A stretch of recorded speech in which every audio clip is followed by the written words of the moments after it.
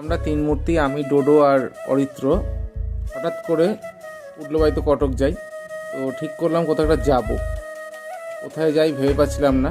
তো ডোডো বললো চ দেখা যাক কত দূর যেতে পারি। তো আমরা আজকে চলে আসলাম বেথরি অভয়ারণ্যে। চলো তোমাদেরকেও এখানে ঘুরে দেখাই জায়গাটা।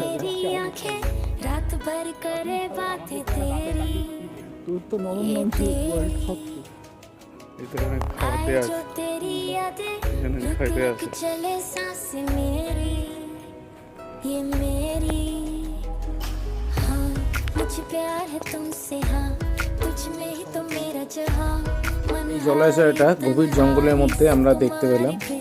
তো মনে হয় না এর মধ্যে অন্যান্য পর্যটকরা আসে। তো আমরা তিনজন ভাবলাম যদি কিছু দেখতে পাই তাই চলে আসলাম দেখতে, কিন্তু কিছু ভাগ্যে জুটলো না দেখা।